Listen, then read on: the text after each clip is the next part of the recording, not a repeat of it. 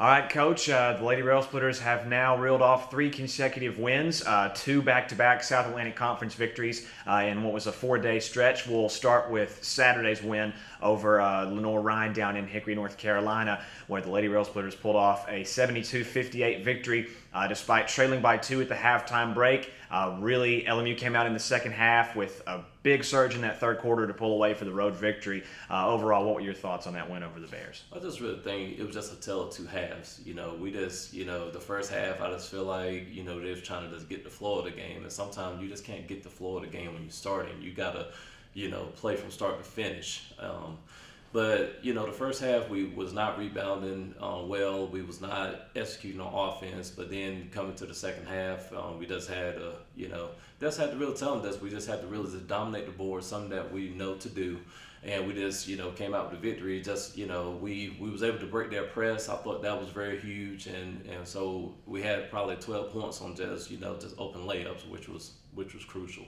And then just a few days later, returning back to Tex Turner Arena on Wednesday to take on Anderson, who had come in with a lot of momentum and what was really a very anticipated matchup inside of conference play. And again, kind of the same story on Wednesday with an 8-point deficit at the halftime break. And then all of a sudden, that third quarter was just huge with the Lady Rail Splitters. A 26-11 advantage over the Trojans. You hold on in the fourth quarter to pull away for that 61-58 win. And what were your thoughts on that win over Anderson? I just really thought that we played hard. I felt like the first half, we wasn't talking on defense, so that kind of hurt us for a little bit. But I just feel like when the second quarter came around and and everyone was able to play and everyone that was in the rotation, it started to change. This once you see the ball go in the basket and you hit a couple shots, it should the momentum kind of can shift. But once again, just thinking about where we were a couple weeks ago and seeing where we are now, the growth is coming. The growth is there, and I just just really think that the third quarter was very pivotal because we was hitting outside shots, we was running our offense, we was executing, we was boxing out, and so we was able to run the way we wanted to run. So it was it was very beneficial. It's really been kind of an occurring theme for the team thus far in the second half.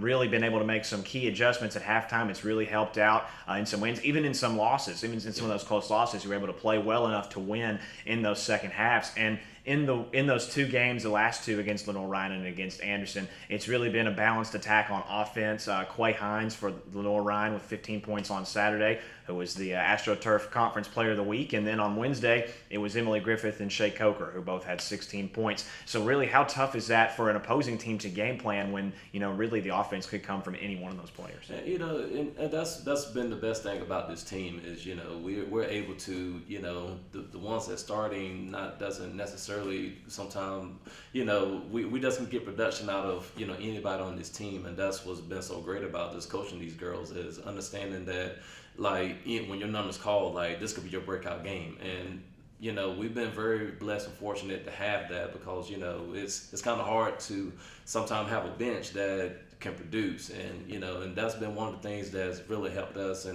But, I just think that's just, all credit, to Quay and to Emily last night. But like I said, we played Coker Saturday, who, for us, is like, who's going to step up next?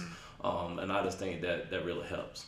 One of the key things I think to take away for that victory on Wednesday over Anderson, that final margin of victory was 3 points. And we talked about it before, kind of all the losses that LMU has had on the season have been close. They've all been in to the very end, fighting until that last whistle. And to come up with that close win here at home, as the Lady Rail Splitters have kind of coming up with the short end of the stick on some of those occasions, Wingate being one of those, the first ones that come to mind.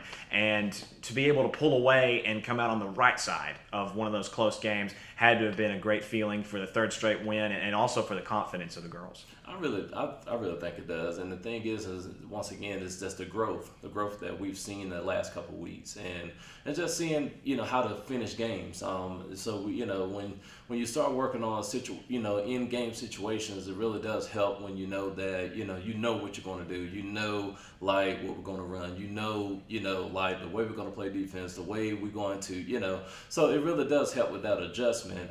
But like I said, that just really goes to shows the growth of this team and what we have accomplished the last couple of weeks. That's going from the beginning of December to where we are now in the beginning of January. I feel like it's awesome, especially going through the Christmas break. And sometimes for us as coaches, that's when we get kind of like you want to make sure they're still working out and making sure they're still doing the little things to continue to propel the rest of half of the season. And I think that really does help when you just know that everyone's putting in the hard work.